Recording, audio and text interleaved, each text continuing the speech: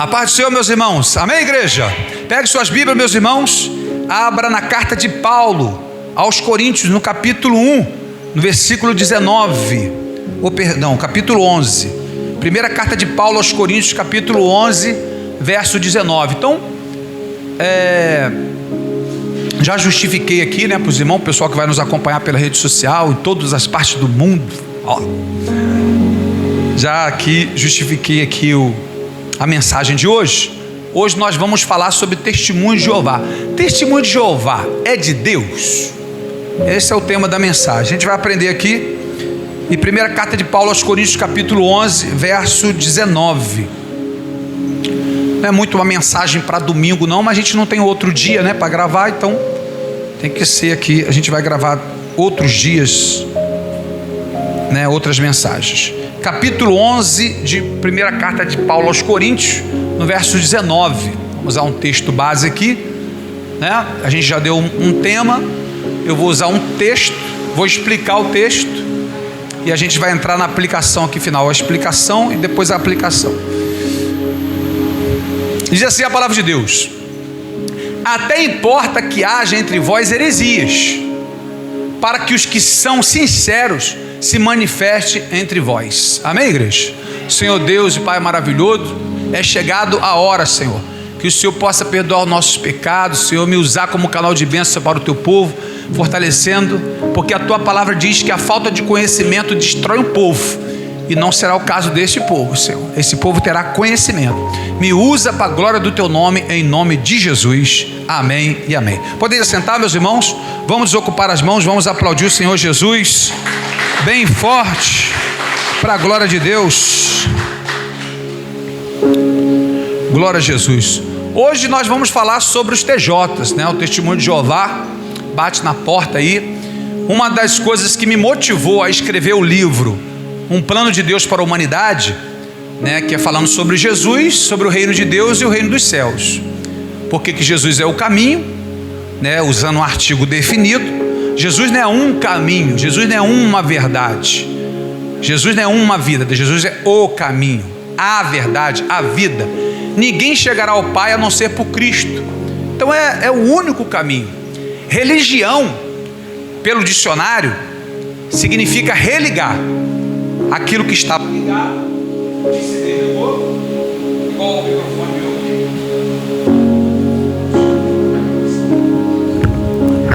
Vou ficar com esse aqui, Léo, não vai falhar aí, eu vou ficar meio traumatizado. Então, religião significa que prova, hein, meu? Religião significa religar, pelo dicionário, aquilo que estava ligado, que se desligou e precisa ligar novamente. Por que Jesus Cristo é a única e verdadeira religião? Porque o homem andava com Deus, o homem se desligou de Deus e precisa vir alguém para religar o homem com Deus. Isso é uma religião. E Paulo, aos Coríntios, no capítulo 15, diz que Jesus é o último Adão, o segundo Adão, o último Adão, que o primeiro Adão, a alma vivente, e o segundo, o último Adão, Jesus, o espírito vivificante. É aquele que veio. Por isso que Jesus disse: eu vim não para realizar minha própria vontade, mas a vontade daquele que me enviou.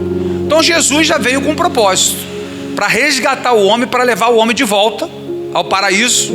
É verdade, nessa parte meia verdade, né? Porque o paraíso hoje, a Bíblia diz no Apocalipse, que é um novo céu e uma nova terra.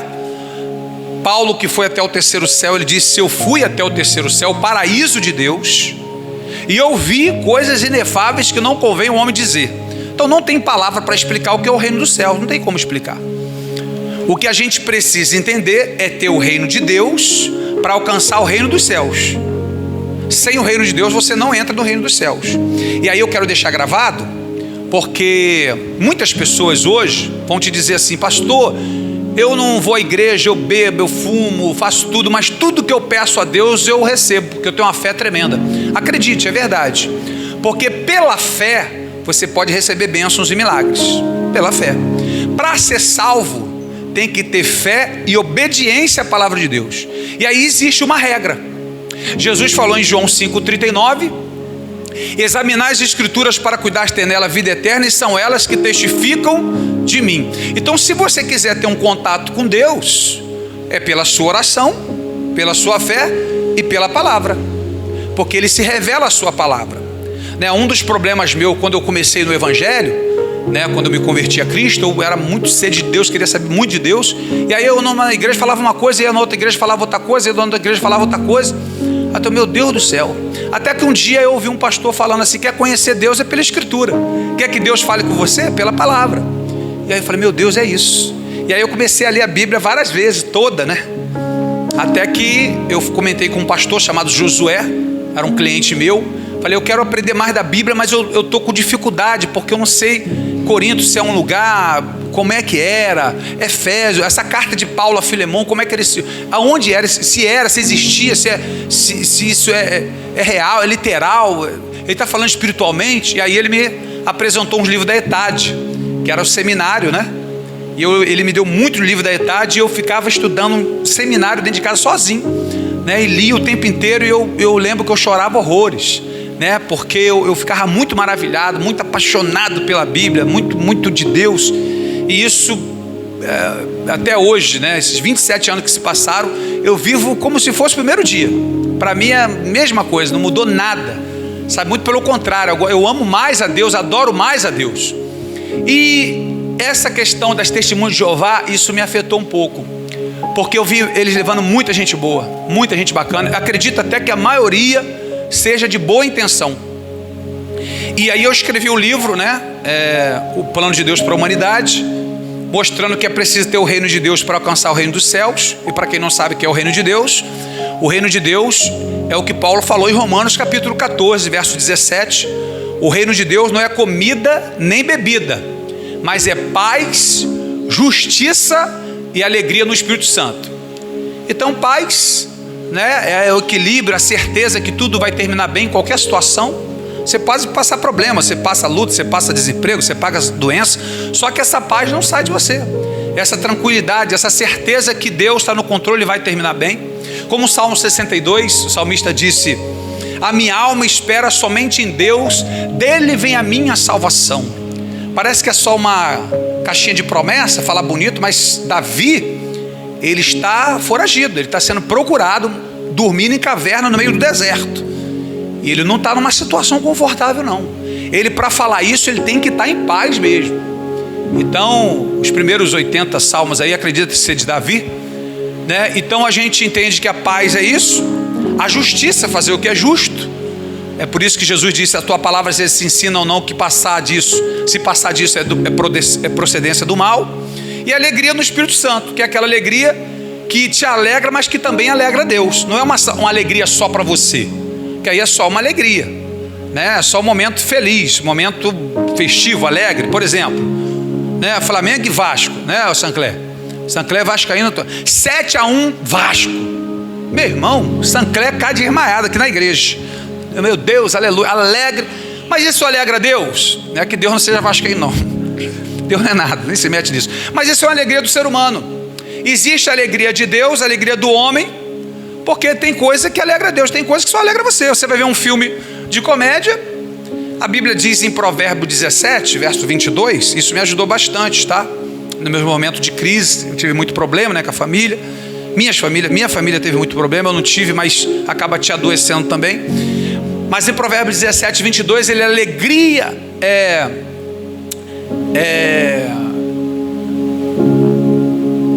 a alegria é bom remédio. Como é que ele diz? Provérbios 17, 22. A alegria do coração é bom remédio, e o espírito abatido seca até os ossos. Falando do teu comportamento.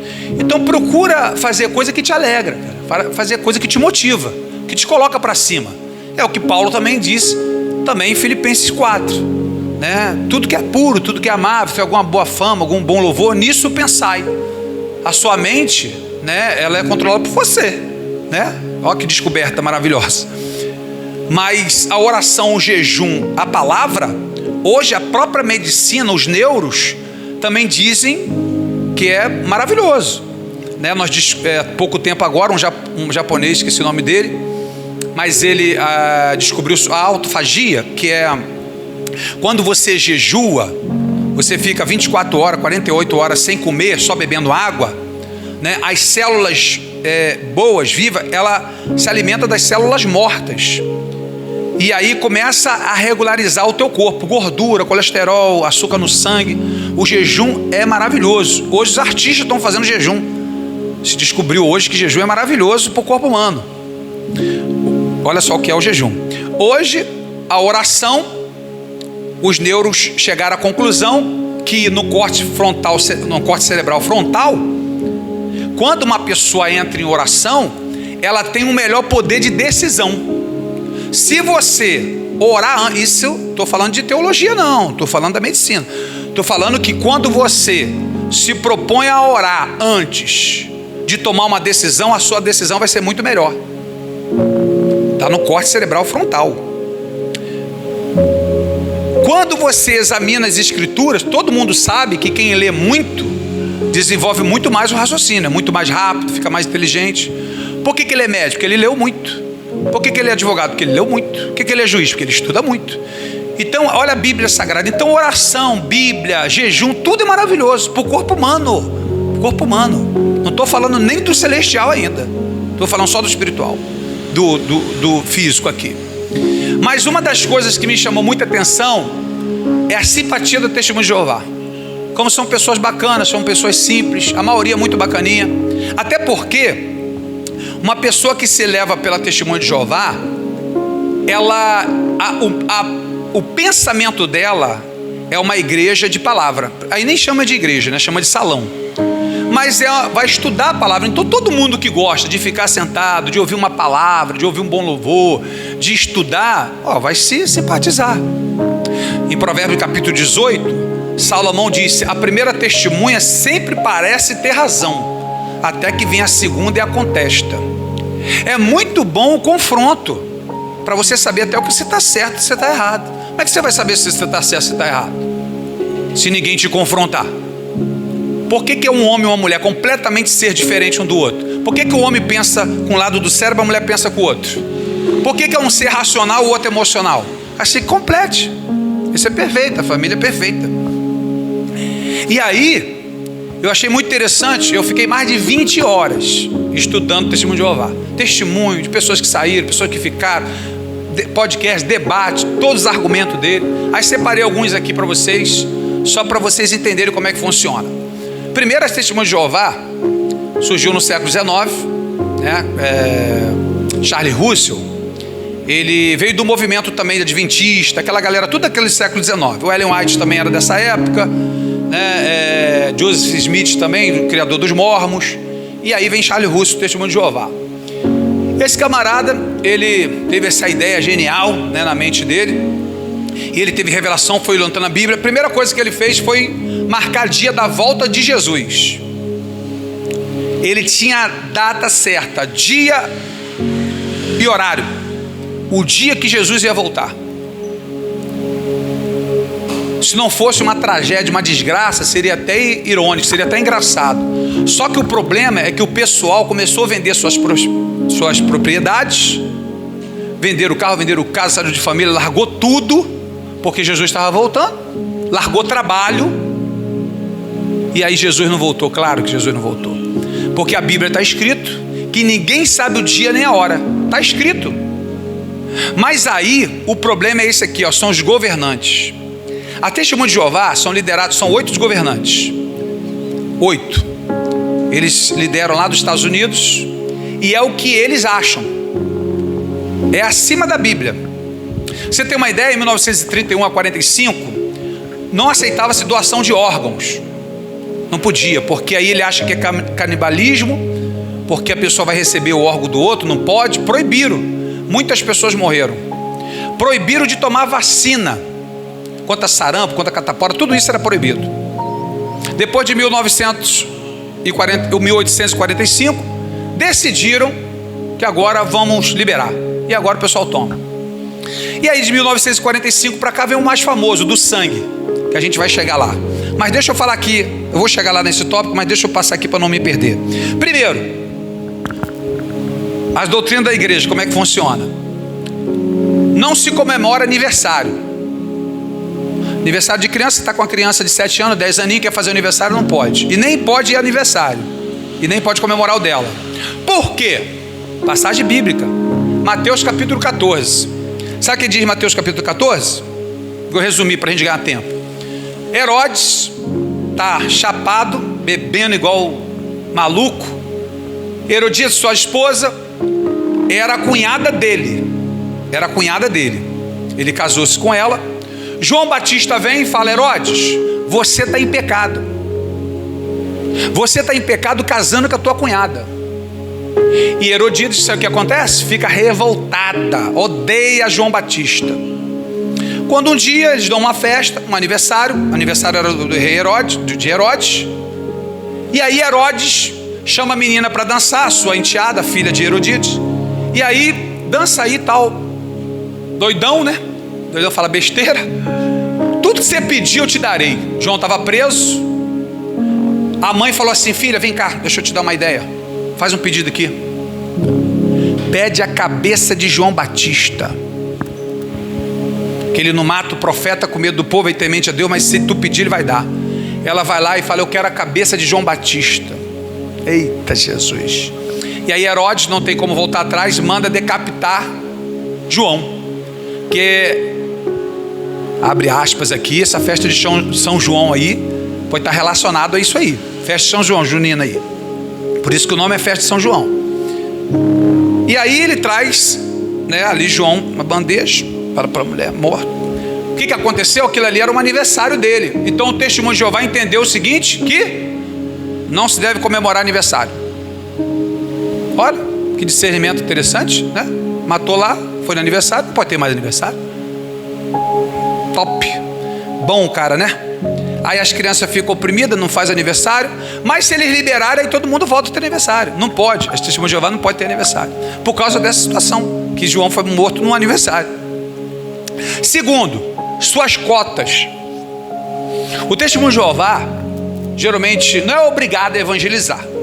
Quase. Que quando entra, a pessoa vai doutrinando aquela pessoa, e ela tem que ter pelo menos 30 horas por mês aí de evangelismo. Então ela vai em porta, bate, ela tem que tirar. Outros têm 60 horas, outros 90 horas. E isso virou um inferno na família, porque às vezes a mulher, o marido não concorda, e vai assim mesmo, porque é ele ou Deus, irmão. É o marido ou Jeová? Jeová. E aí o problema na família. E a Bíblia diz que a mulher casada cuide do marido e da sua casa, e a solteira cuide da casa do Senhor. Então, se o marido chegar, não é proibido de servir a Deus, mas se o marido disser: eu quero que você fique em casa comigo, vai outro dia, vai segunda, vai terça, o domingo eu quero que você comigo, você fique com ele, porque você tem que cuidar da sua família. As pessoas confundem muito Deus com igreja. Deus é isso aqui, ó, soberano, não negar ele de jeito algum. A família e agora igreja. Então ir à igreja não quer dizer que está colocando Deus em primeiro lugar, não. É a fidelidade, é não negar a fé, é não negar Cristo. Por isso que a Bíblia diz em Apocalipse que os tímidos não herdarão o reino de Deus, o reino dos céus. Os tímidos ficarão de fora. Tímido não é temperamento, uma pessoa acanhada, não. Viu igual a Sofia aqui? A Sofia é tímida, vai ficar de fora por causa disso? Não, não é temperamento. Está falando de se intimidar, de ser cristão, de defender a fé do evangelho. É dessa timidez que está falando. Então ele tem suas cotas, e isso passando por cima de muita gente. Aí 3, doar sangue. Vamos chegar no sangue aqui. Por que não se doa sangue? Vamos lá, sangue é vida, correto? Por causa desse texto aqui de Atos capítulo 15, no versículo 29. Eu já separei aqui, vou ler. Não vou falar do meu jeito, para vocês verem como é que está escrito na Bíblia, tá bom? É assim, ó: que vos abstenhais das coisas sacrificadas aos ídolos, e do sangue, e da carne sufocada, e da fornicação, das quais coisas bem fazeis, se vos guardares, bem vos há. Fazeis bem, beleza. Não estou nem falando muito, mas faz bem se abstenhar disso aí. Só que ele está falando, e os judeus têm um problema com comida. E está falando dos animais, não está falando do corpo do ser humano. Hoje a gente também, porque pareceu bem ao Espírito Santo se afastar disso. Hoje a igreja evangélica aqui, eu já falei isso para vocês, nós somos contra também. Chouriço, caldo de, sei lá, de galinha aí, né?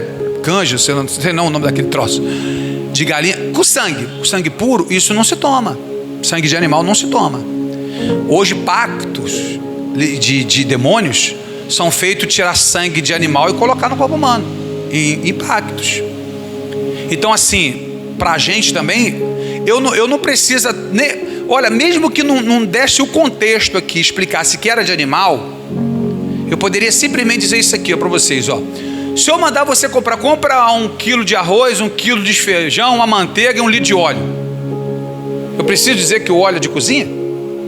Se eu mandar você compra lá um pneu, compra lá o aro, traz o volante também, traz cabo de vela, traz vela e traz 1 litro de óleo, é claro que é do carro que está falando, está dentro do contexto ali. Quando ele está se tratando de sacrifício e de animais, é sangue de animal. Não tem nada a ver isso com sangue com o ser humano, de salvar vidas. Até porque Cristo deu sangue por nós, derramou o sangue pela nossa vida. E sem derramamento de sangue, a Bíblia diz em Hebreus, que não há remissão de pecado. Então o próprio Cristo teve que fazer isso. E se for literal, para salvar uma vida, aí eu digo, quantas pessoas morreram porque o filho está lá, o neto está lá e não pode doar sangue não, vai morrer. Por mais que eu fosse ignorante, um desses ignorantes da liderança, o máximo que poderia fazer é não receber um sangue que não seja compatível, que não seja da família, né? Do meu pai, da minha mãe, do meu irmão, do meu filho. O nosso, por mais que eu fosse ignorante, eu falei, ó, da família, pelo menos de vocês aqui, pode. Até porque você não vai receber qualquer sangue. Eu fui doar sangue no Hemorrio, foi contestado lá. Contestado, tá certo? A palavra? Isso mesmo. Tem hora que dá um branco, o TDAH aqui às vezes não funciona. Eu fui fazer um exame, não fui aceito não. Eu fui lá, que negócio é esse, meu irmão? Sangue bom, sangue top. Falei, não, você já teve hepatite. Eu tive hepatite? Meu irmão, que é isso?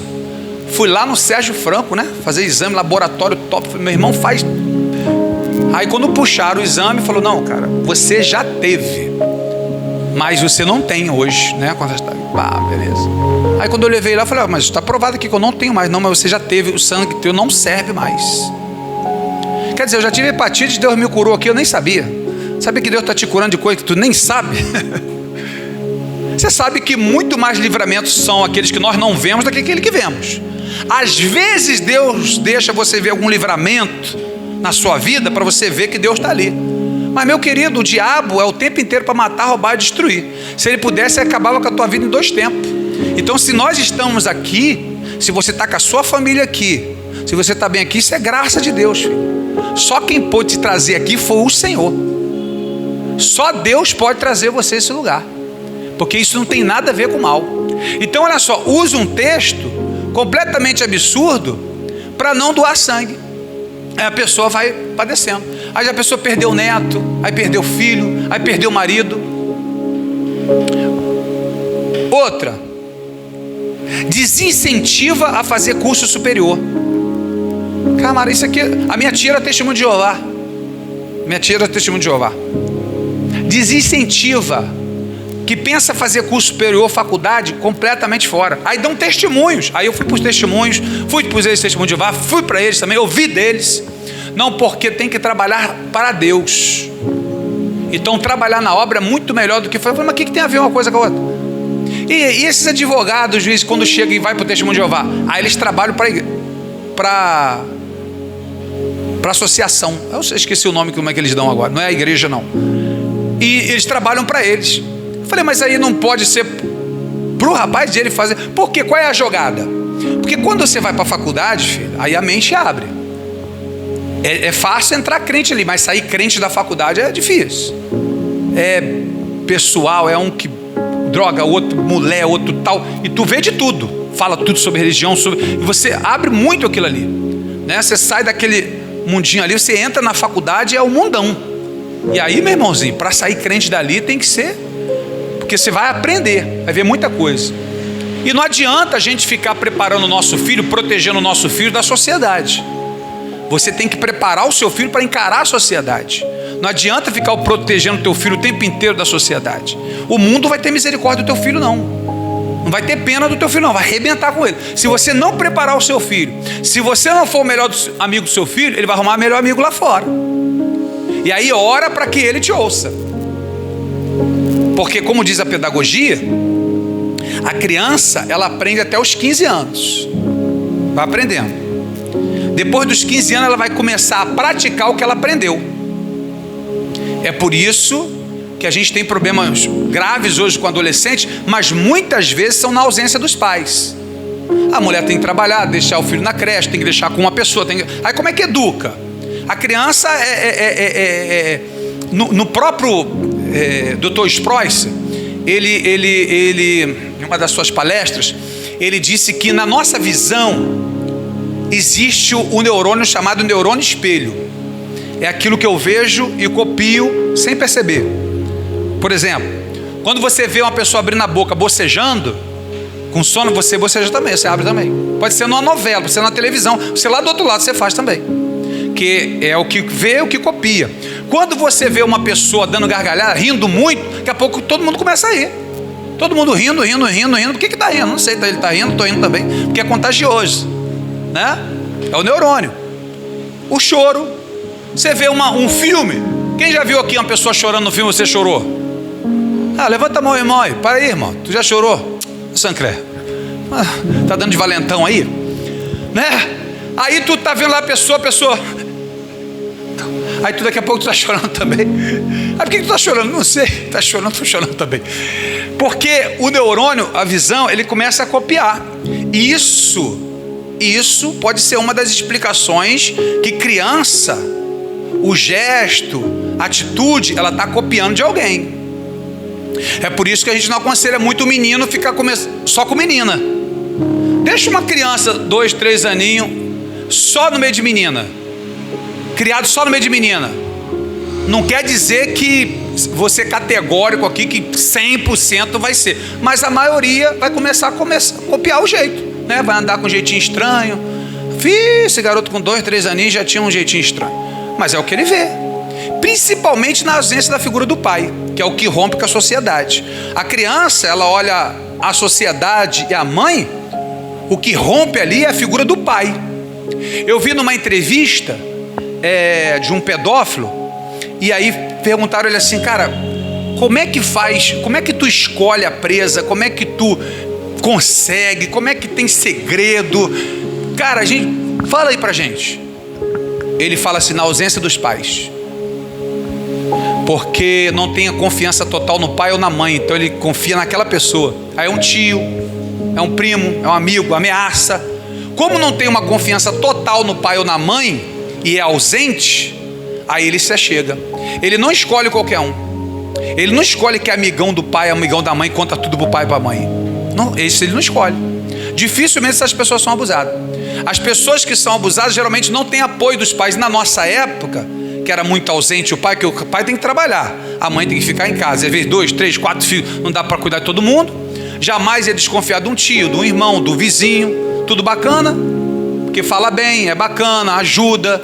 Você jamais ia desconfiar. As pessoas que foram abusadas foram de pessoas que menos imaginavam. Agora, se o pai, a mãe, ele é amigo do filho, eu, por exemplo, quase fui violentado 3 vezes. Na minha infância, vocês já conhecem a minha história, orfanato, colégio interno, tudo de ruim, tudo para dar errado. Minha mãe me colocou numa casa que o filho da mulher era pedófilo. Ele tentou me levar uma vez, e aí com aqueles papos, né? Só que eu, graças a Deus, né? Primeiro que nunca fui chegado a homem. Aleluia. Até abraçar, falar, meu irmão, pai do Senhor, e cadê?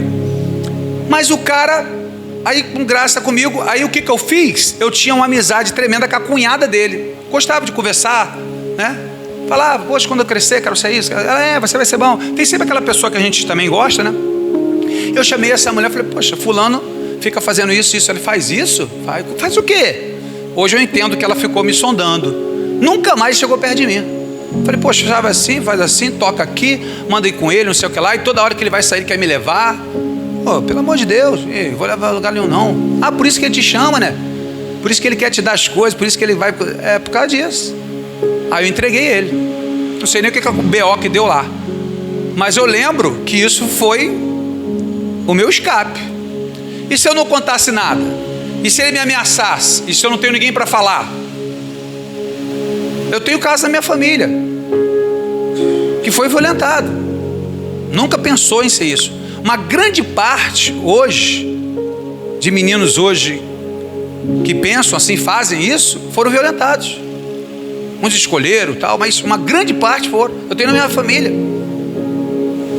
Então olha como é importante a gente ter esse conhecimento. Olha como é importante ter amigo. Olha como é importante a sociedade. Olha o que é a igreja.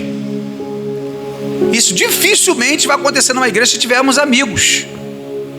Vamos para o outro aqui, para a gente ganhar tempo. Eu estou falando do desincentivo da faculdade, né? Então é porque vai abrir a mente, vai entender muito, vai procurar saber muita coisa e aí vai desvendar o negócio. Quinto lugar, 5 aqui. Datas para a volta de Jesus, isso aqui eu já falei. Transplante de órgão também já falei. Desassociado. Meu irmão, isso aqui é muito triste. Suicídios, mortes. Sabe o que é desassociado?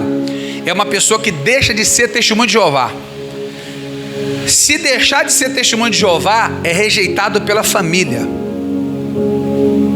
Isso aqui é grave. Testemunho de Jeová, essa menina caiu em pecado, sabe, teve relação, que também tem a punição, certo? É contra a palavra, sem problema nenhum. Mas quer deixar de ser testemunho de Jeová, é ex-testemunho de Jeová, não é para ser recebido nem pela família. E aí eu fui vendo vários ex-testemunhos de Jeová, chorando em pranto. Deixei de falar com meu irmão foi embora, minha mãe não liga, eu tive que sair sozinha, sair de casa, para nem me receber. E se me receber, falar o suficiente para ser rejeitada, para ver a importância que é de estar lá. Tu tem noção quantas pessoas cometeram suicídio? Tu tem noção quantas pessoas perderam famílias? O pai deixando de falar com o filho. Qual o texto? Nenhum. Vamos criar uma heresia aqui? Heresia é pegar um texto e inventar moda, né? Traduzir aqui, falar numa linguagem mais popular. Deve ser aquele: quem amar mais seu pai, sua mãe, seu filho, sua mulher mais do que a mim, não é digno de mim. Ó, textão, hein? E o que tem a ver a pessoa deixar de ser testemunho de Jeová, deixar de que amar a Deus sobre todas as coisas e a família? Você vê que é coisa de louco, irmão. É loucura. Loucura pura. E sabe qual é a minha chateação? São 9 milhões de testemunhos de Jeová, com 100 e poucos anos só. Não tem nem 200 anos de testemunho de Jeová. Com as heresias todas, com a baboseira toda. Não acredito em oração, não acredito em expulsar demônio, não acredito em nada. Aí, desassociado, meu irmãozinho é excluído, não tem mais conversa. Se chegar no lugar e está ele ali, sai.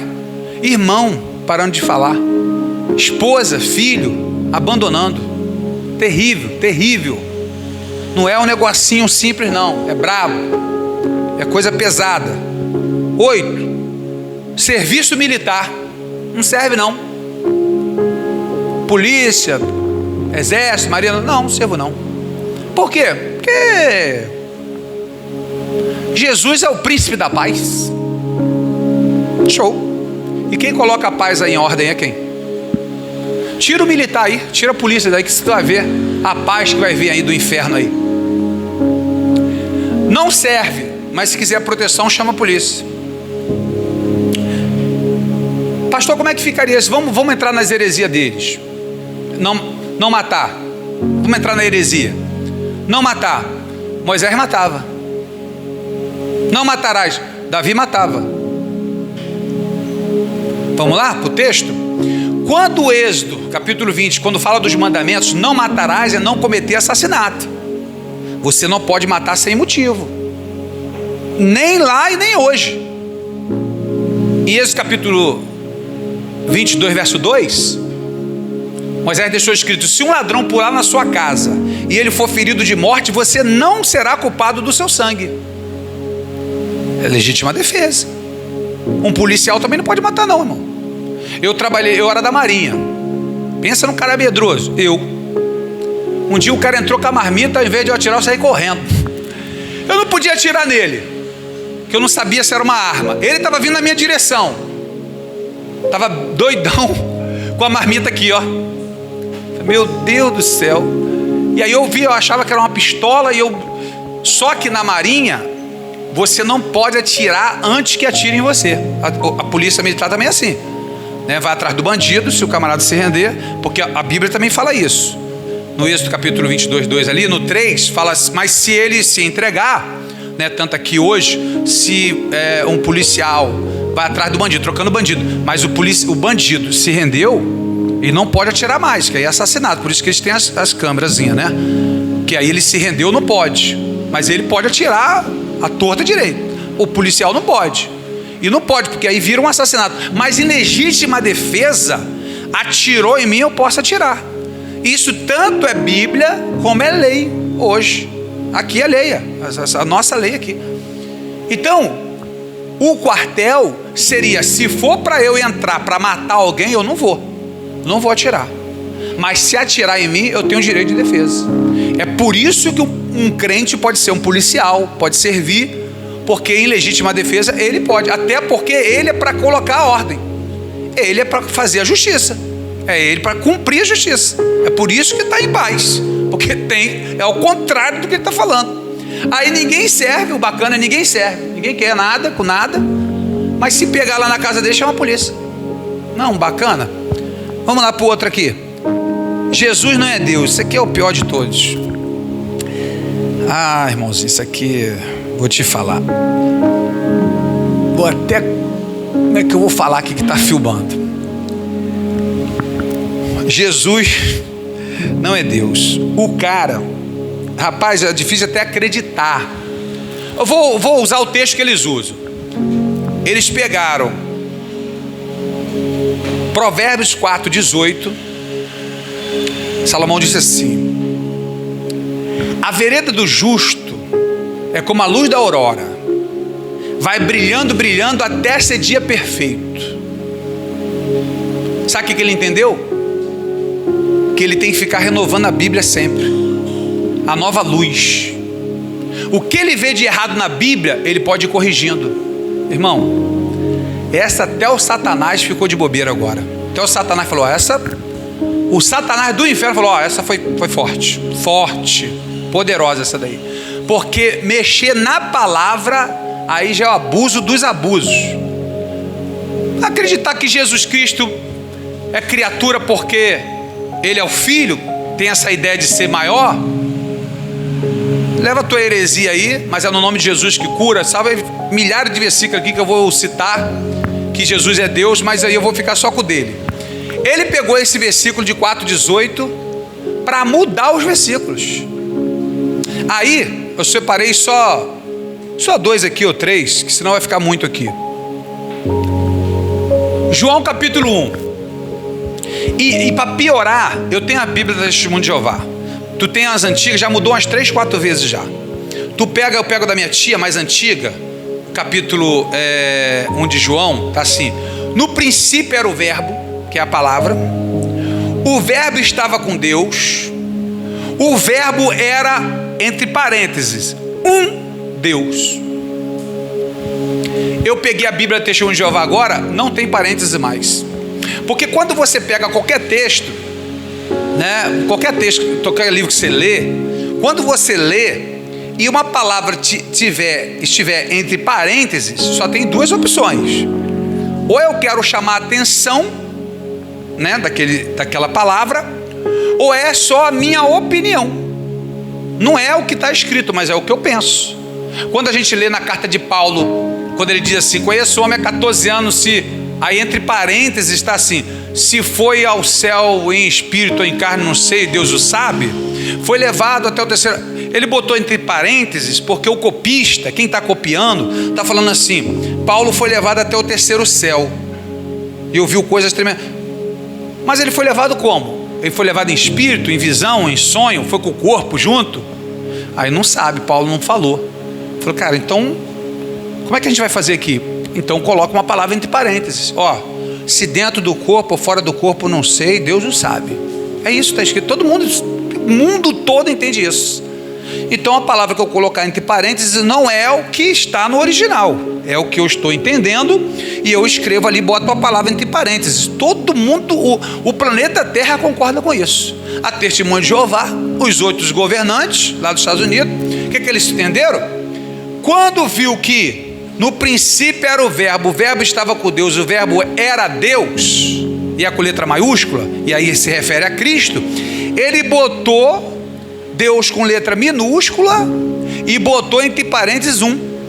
E eles falam que são eles mesmo, porque nós temos a iluminação. Entendeu? A vereda do justo é como a luz da aurora, vai brilhando, então vai aperfeiçoando. Irmãos, o cara mexeu na Bíblia, trocou os textos. Filipenses capítulo 2, verso 9. Cristo recebeu o nome que é acima de todo nome.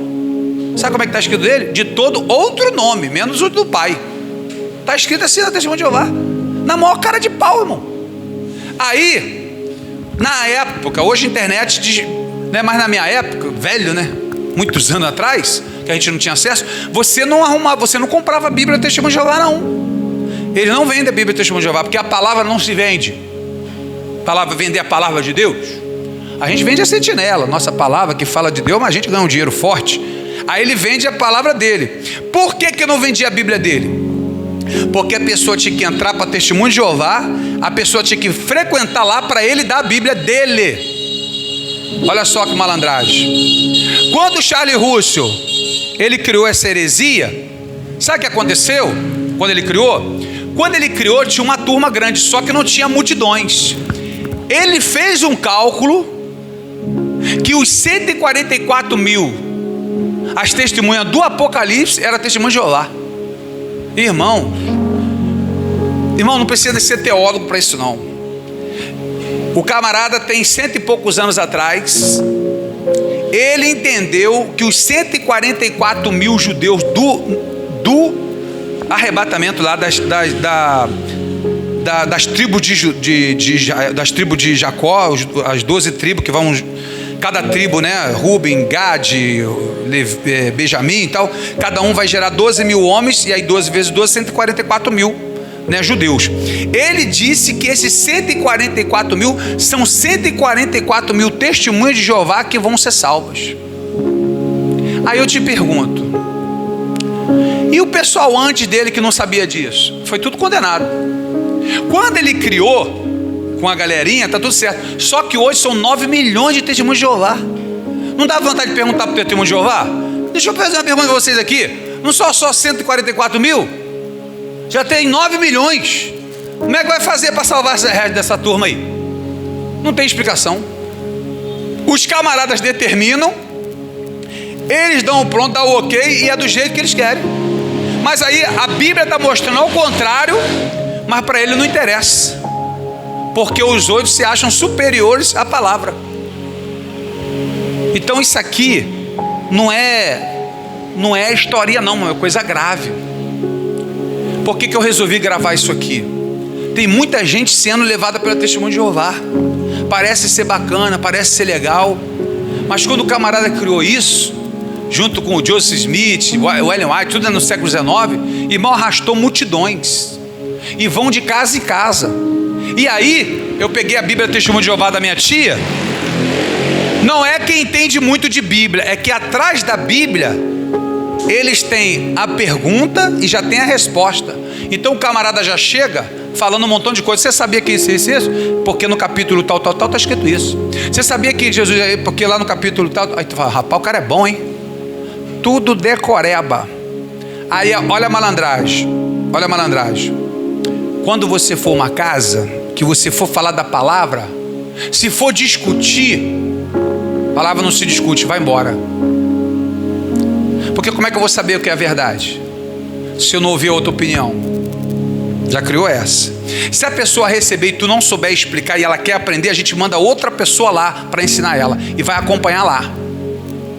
Aí vai até levar aquela pessoa lá. E aí tem cotas, 30, 60, 90 horas por mês, para que a pessoa faça aquilo.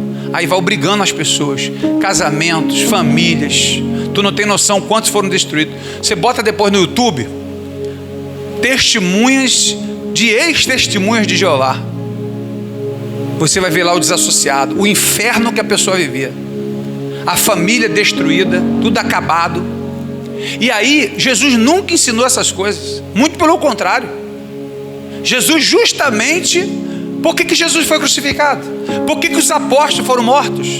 Justamente para pregar o contrário do que eles estão pregando. Então como é que você descobre uma seita? Primeiro, a exclusividade, só eles são salvos. Você chega na Adventista, só Adventista é salvo. Você chega lá para o judeu, não, só a gente é salvo. Você chega para o Testemunho de Jeová, só nós vamos ser salvos. Você chega no Mórmon, só nós somos salvos. Quando você chega na igreja, a igreja não é uma placa que vai ser salva. A igreja é o corpo de Cristo. Então todo mundo que recebe Jesus como Senhor e Salvador da sua vida, ele passa a ser igreja, porque era dividido em dois, judeus e gentios. Hoje judeu é uma religião. Quando falam judeu, é uma religião, né? Hoje, antigamente, quando se falava judeu, acho que vinham de Judá, porque lá no reinado de Salomão se dividiu o reino por causa do pecado de Salomão. Ficou a banda do norte, né, e a banda do sul. Ficou Israel e ficou Judá. Israel, israelitas. Judá, judeus. Hebreus, porque vem de Abraão, apelidado só de hebreu, tanto que surgiu o hebraico. Não era o hebraico, era o aramaico. Mas como o aramaico vindo de Abraão, virou o hebraico. É como se fosse o português de Portugal e o português do Brasil. É, mas não é parecido, mas adaptou, deu jeito. Nós não falamos como os portugueses. Então o hebraico ficou mais ou menos isso. Israelense, hoje é uma cidadania. É uma pessoa que é brasileira, mas ela quer morar em Israel e quer cidadania israelense. Então ela passa a ser uma israelense. Então tem israelense, israelita, judeu, hebreu, mas todo mundo, tudo ali. Então o que acontece?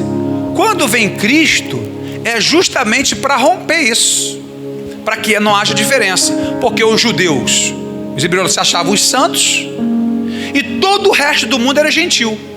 Lembra até do Kiko, né? Gentalha. Era gentalha. Era mesmo, para o judeu tudo gentalha, tudo gentil. Ninguém presta nada, salvação aqui por lei de Moisés, né? Por isso que é Antigo Testamento e Novo Testamento. O que é um testamento? Passa o meu corsinha pro Léo, cheio de multa, mas vai assim mesmo, Léo. Pá! Toma, Léo. Tu não quiser, depois tu dá teu jeito. Isso é um testamento. Vou no cartório, só vai ter validade esse testamento quando eu morrer. Só tem validade no testamento na morte do testador. Então Jesus vem, escreve um novo testamento. Salvação agora não é só para os judeus, não é só para israelita, israelense, hebreu, não. Salvação é para todo aquele que me receber como único Senhor e Salvador da sua vida. Escreve aí. E Jesus vai escrevendo no Novo Testamento e usa os apóstolos e vai dando a palavra e vai ensinando os apóstolos. E nós temos que entrar na doutrina dos apóstolos, porque foram ensinados por Cristo. Mas para ter validade o testamento tem que haver morte do testador. E o testador tem que pagar o preço, filho. Não é de graça não. Então, para se validar o testamento, o plano de Deus, tem que haver derramamento de sangue, que é para perdão de pecados. Então Cristo tem que morrer e tem que derramar sangue. E essa era a promessa. Então vem Cristo, né, todo dentro do plano. Ele não pode ser morto por qualquer pessoa. Ele tem que ser morto por quem? Ele tem que ser morto pelo sumo sacerdote. Não é qualquer um que chega lá e mata o cordeiro não, para perdoar pecado não. Tem que ser o presidente, o sumo sacerdote, que tem que matar o cordeiro. Quem é que mandou matar Jesus? O Sinédrio, o sumo sacerdote do Sinédrio. Mandou matar Cristo, porque ele é o cordeiro de Deus. No livro de Salmos, já estava escrito que ele seria traído pelo amigo. Quando Jesus escolhe os 12, ele fala: eu escolho vocês 12, mas eu sei que um de vocês é diabo. Eu sei que faz parte do plano me trair. Jesus sabia quem era Judas, irmão, desde quando escolheu. Jesus não foi pego de surpresa. Jesus não é um pobre coitado. Como é que se identifica um Deus como Deus, o nosso Deus? Simples, irmão. Primeiro ele tem que dizer que é Deus, para começar. Parece ser simples, não parece? Mas se as pessoas parassem para pensar que para ser Deus tem que dizer que é Deus em primeiro lugar, já acabava com todas as religiões aí do mundo. Porque Buda nunca disse que era Deus. Allan Kardec nunca disse ser Deus. Maria nunca disse ser Deus. Jorge nunca disse ser Deus. Nunca disseram ser Deus. Eles não são Deus, eles sempre admitiram isso. Maria viva falou: sou pecadora, como qualquer uma de vocês. Fala com ele, fala com Cristo. Maria não cura ninguém, Pedro não cura ninguém, Paulo não cura ninguém. Ninguém cura ninguém. E ninguém diz que é Deus, não. Quem fez Deus foi os homens que fizeram Deus.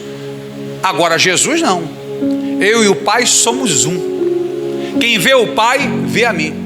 Eu sou a ressurreição e a vida. E aquele que crê em mim, ainda que esteja morto, viverá. Ele diz que é Deus. Ele fala que é Deus. Os outros não fazem. Já acabou com o resto da religião. Agora é mais simples ainda. É só provar que é Deus. Se Jesus provar que é Deus, pronto, fechou o caixão. Não é não? Para ser Deus precisa só de 3 coisinhas só. Simples.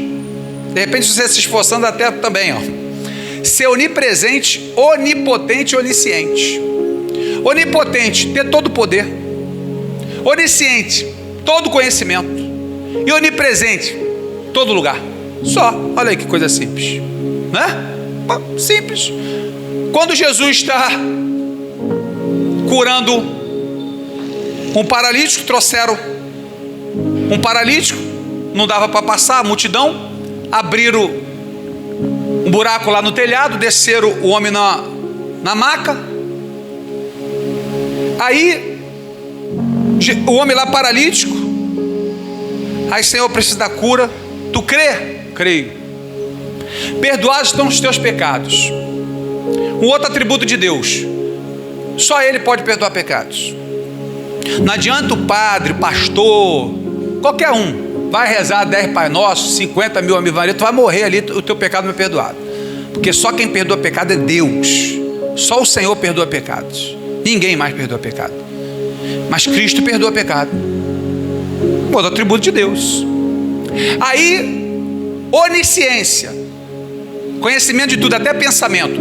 A Bíblia diz que os homens pensaram e disseram no seu pensamento: quem esse homem pensa que é, que pode perdoar pecado? Porque só quem pode perdoar pecado é Deus. A Bíblia diz: o Senhor conhecendo o pensamento deles. Que lindo, hein? Então onisciência já bateu, né? Onisciência já foi. Beleza. Agora vamos para a onipotência, tem todo o poder. Aí Jesus, que perdoa pecados, que é a glória em pessoa, tal, tá ali. Aí ele disse assim, aí Jesus abusou, ironizou, falou assim: o que é mais fácil dizer, hein? Perdoados estão os teus pecados, ou dizer para esse paralítico aqui: levanta e anda? É deboche, irmão, isso é deboche. É assim, ó, trazer aqui para o carioquês da gente, que a gente é carioca, a gente é mais... Jesus é clássico, lindo, maravilhoso, ético. Mas Jesus está falando assim: falar perdoado dos teus pecados é mole mesmo. Todo mundo fala, ó, Sancler, perdoados estão os teus pecados. Aí todo mundo fala isso. Só mais um negocinho. Diz para o paralítico aí: no teu nome, levanta e anda, ele vai ser curado.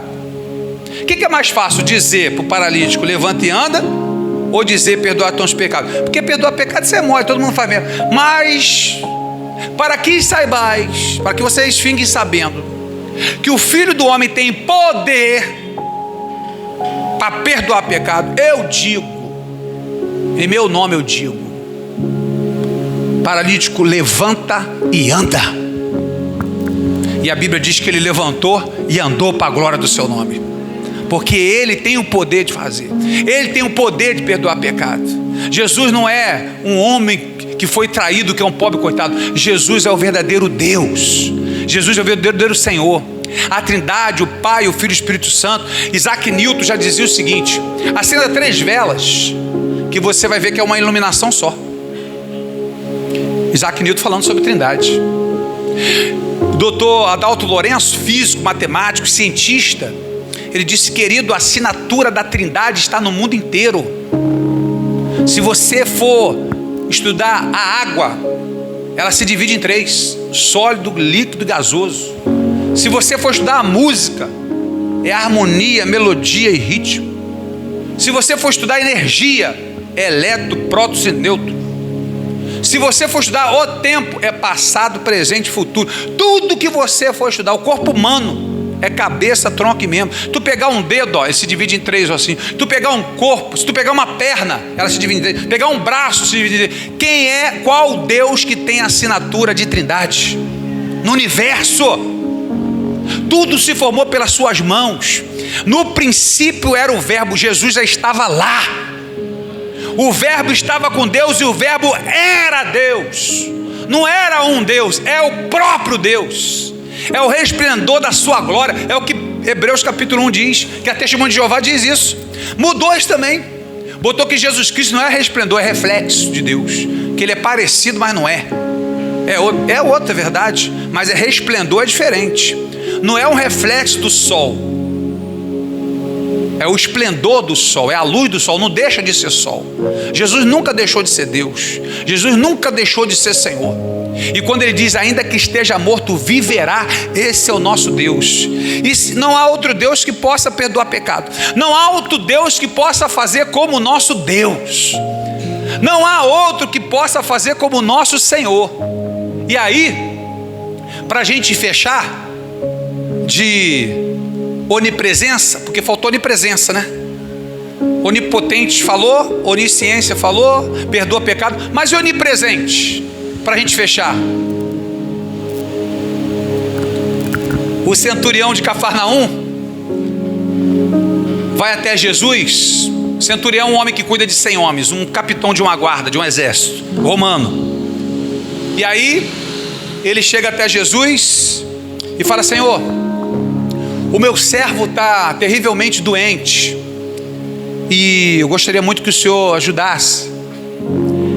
Jesus falou: eu vou até lá. Ele: não,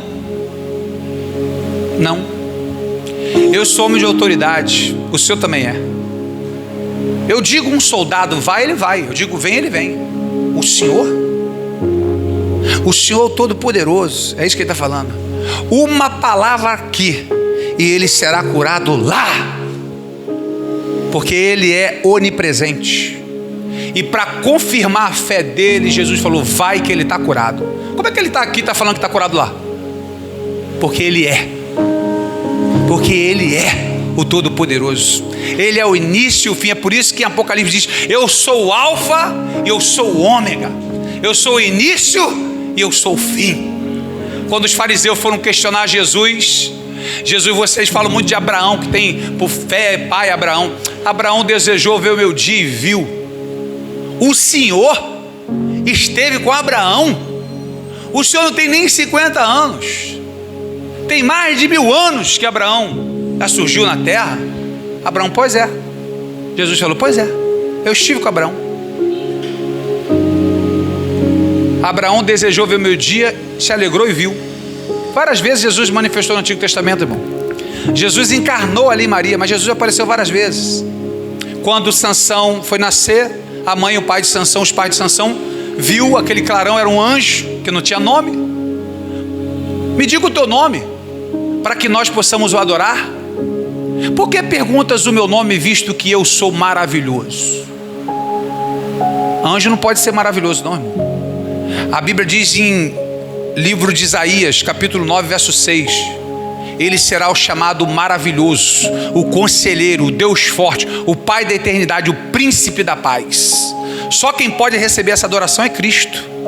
Abraão, quando veio da guerra, quando foi fazer a oferecer os dízimos e a oferta, a Bíblia diz que estava ali o Senhor e conversando com ele. E Abraão viu o Senhor.